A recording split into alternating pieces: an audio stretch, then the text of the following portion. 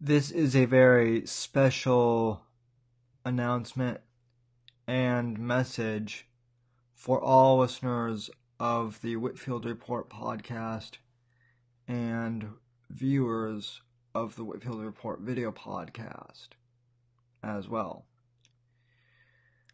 I wanted to give a few thoughts on Alex Jones being banned from Apple and Facebook and Google and Spotify. And I was going to do this podcast as a Patreon exclusive podcast for my listeners, but this is such an important topic that I'm making this available for free on YouTube and Anchor and Apple Podcasts and all my other major platforms that I'm on. Early this week, Apple, Google, Spotify, and Facebook all banned Alex Jones from their platforms in one way or another. Apple took down 5 out of 6 of the InfoWars podcasts on Apple Podcasts. Alex Jones can no longer access his Facebook pages, any of them. He may still have his personal account, I'm not sure about that. But his podcast was also pulled from Spotify, and his podcast is no longer listed officially on Google. When you search Alex Jones podcast, you'll find a bunch of different articles about the podcast being pulled from these different platforms, but really you can't find links to the podcast from any mainstream sources that are listed in Google. Now, this is very troubling if you believe in free speech. And let me be the first to say, I'm not someone who has always agreed with Alex Jones. I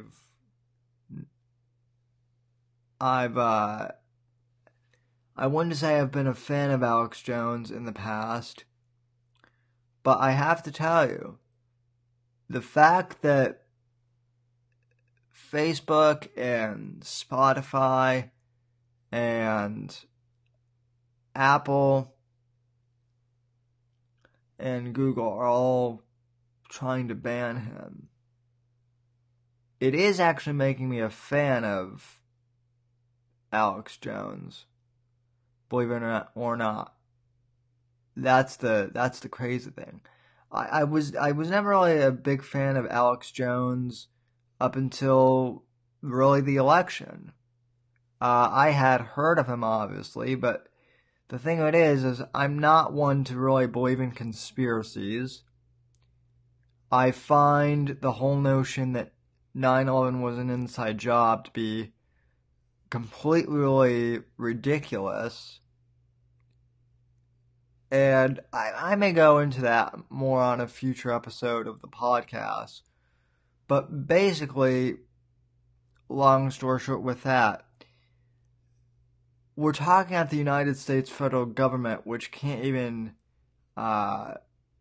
manage to run the DMV properly, or the Social Security Administration properly, or any government entity properly, without bureaucracy getting in its own way, without the bureaucracy getting in its own way and making an ass of itself. So, you mean to tell me that the government can't really, even function that well?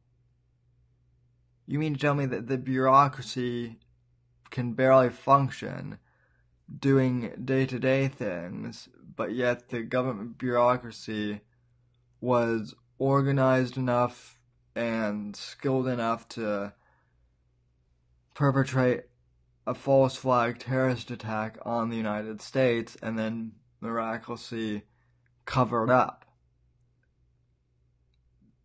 Okay? I really don't buy that. So, but that's a whole nother topic for another time. So I've disagreed with Alex Jones on the 9/11 conspiracy stuff. That's fine. And, as far as the Sandy Hook, thing being a false flag, I'm not really sure about that one either. In Jones's defense, I don't actually think he actually ever said anything about Sandy Hook itself being a false flag. What I heard him say is that other governments in other countries have used instances like Sandy Hook and have made false flag events in other countries to, spread propaganda and take away gun rights, which I do believe that is true. But, my point being is, I was never really an Alex Jones fan up until a year and a half ago, and even now I would use the term fan, kind of lightly when referring to myself. But with that being said, this whole thing with censorship from Facebook and YouTube and Google and Apple and Spotify and whichever other mainstream platforms have banned him or will ban him in the future. I suspect Twitter's not far behind. If you believe in free speech, this is a major problem. If you believe in free speech and you're on the left or the right, but you still believe in free speech, no matter which political party you're a part of, whether you like Alex Jones, hate Alex Jones, or somewhere in the middle like me, if you still respect free speech, you should be outraged. Because censorship, even of people you don't like, still goes against the foundation of what this country was based on. And this is also extremely scary when you take into account that Jones has been talking about possible conspiracies to assassinate the President of the United States, Donald Trump, on his show over the last few months. Which I do believe that there are people actively trying to formulate plots to take out President Trump. That's not that far-fetched to me by any stretch of the imagination. And it also freaks me out when you have InfoWars, which was a conspiracy site a few years ago, reporting on mainstream news more accurately than CNN or MSNBC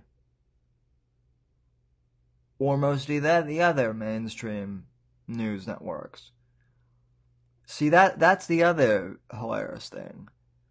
A few years ago, just 5-10 years ago, Alex Jones was an internet meme for conspiracy theories. And then CNN and the mainstream media went after him during the 2016 election because he had Donald Trump on his show, and they were trying to discredit Trump at the time. And they saw that Jones had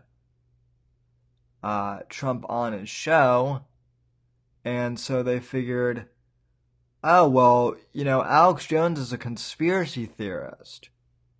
And Donald Trump went on his show, so, oh, goody, we can use the crazy conspiracy theory guy to make Trump seem crazy and discredit them, and them both. And in the process, guys, here's what happened. Both Alex Jones and Donald Trump were more or less catapulted into mainstream America's conscience. Alex Jones dialed back the conspiracy theory stuff a little bit. It actually started doing real investigative journalism, which I really like. And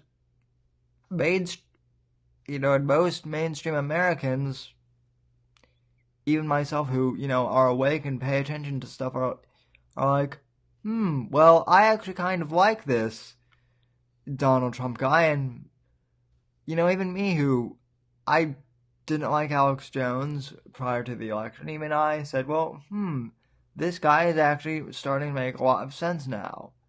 He's really doing an investigative journalism stuff. He is fun to watch how animated he gets.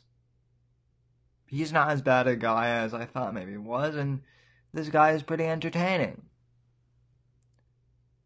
So, the media tries to destroy conservatives and cultural libertarians like Alex Jones, like Milo Yiannopoulos, like Gavin McInnes, like myself even, who are smaller personalities. And every time they try and destroy us, we become the counterculture and we become more popular.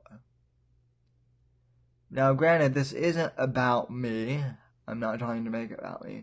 What's worrisome about Jones being canned, though, is he's someone who has a huge reach and who has the money as right now to fight back against all this censorship and fight back against the globalist power. But for those of us like myself who are smaller, independent citizen journalists who depend on platforms like YouTube and Facebook and Twitter and Apple Podcasts to get our platforms out and to get our message out, this is really scary. Because if they can censor the big guys like Alex Jones, they can censor the smaller guys too. What's to stop Facebook from banning my Facebook page for the Whitfield Report podcast? What's to stop Twitter from banning my profile that I've had since 2011? And I've built a community around. That was how I first started promoting my podcast a long time ago. And what about when Apple Podcasts or Google blacklist my podcast? What happens then? And I'm a guy who I'm pretty conservative on most things. Like I said, I'm a conservative libertarian. But even some liberals, again, not leftists but liberals, I try and make the distinction. Even some liberals who don't agree with my politics still like listening to the podcast and watching the show on YouTube. and having, civil discourse about my shows. And so, if my show gets pulled, or if any of the other smaller YouTubers get pulled who have podcasts, well, then that's bad for both sides. And as I said before, if they can pull someone like Jones from the platform, who is, deemed by many to be a crazy conspiracy theorist, well, what happens when they start going after more mainstream people? Because all of these Silicon Valley tech people are so far to the left that they believe that anyone even slightly to the right of their far left bent is basically a neo-Nazi.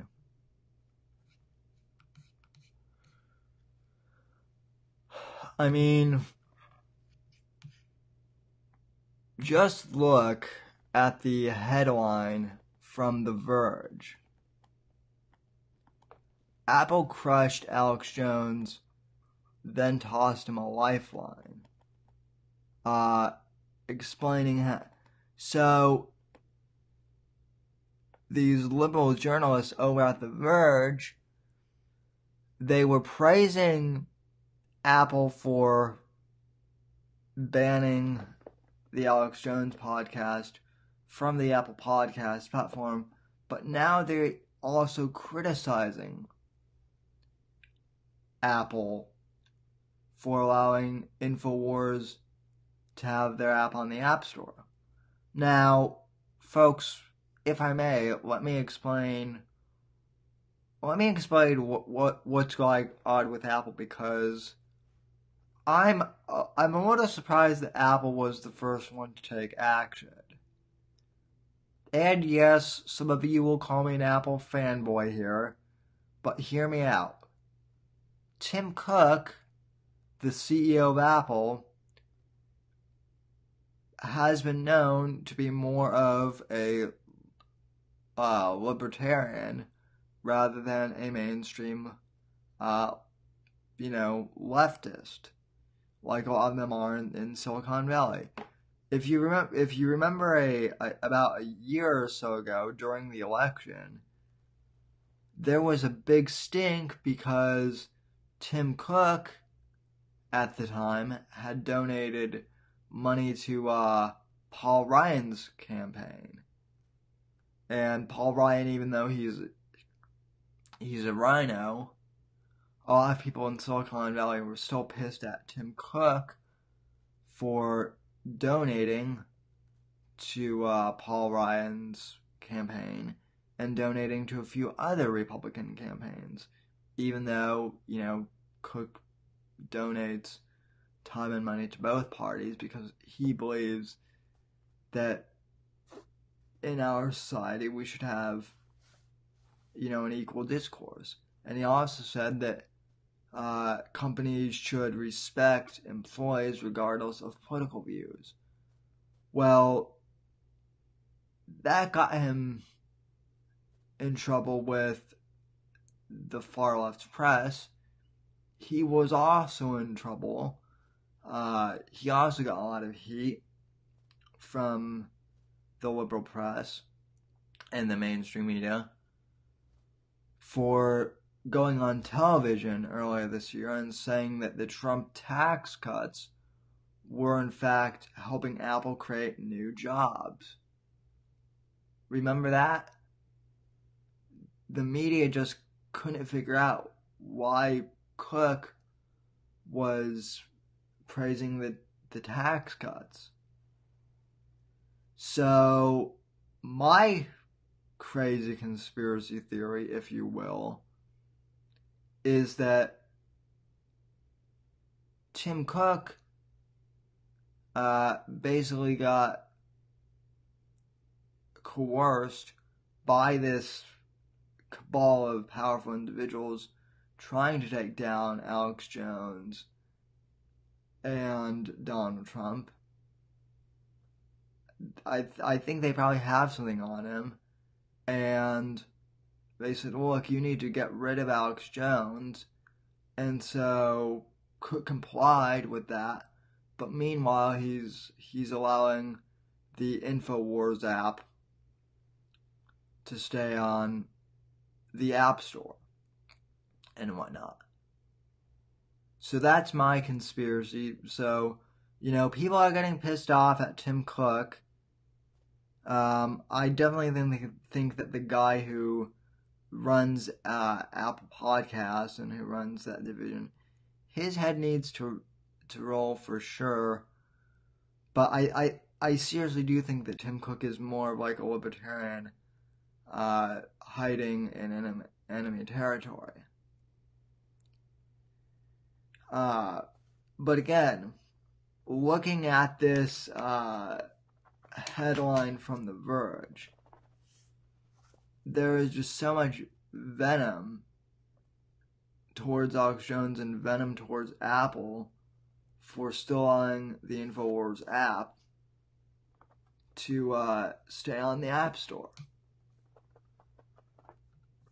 Another article from Time magazine, from time.com.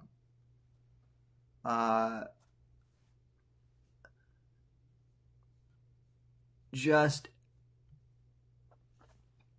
absolutely celebrating the fact that Alex Jones was taken down by Facebook and YouTube and Apple.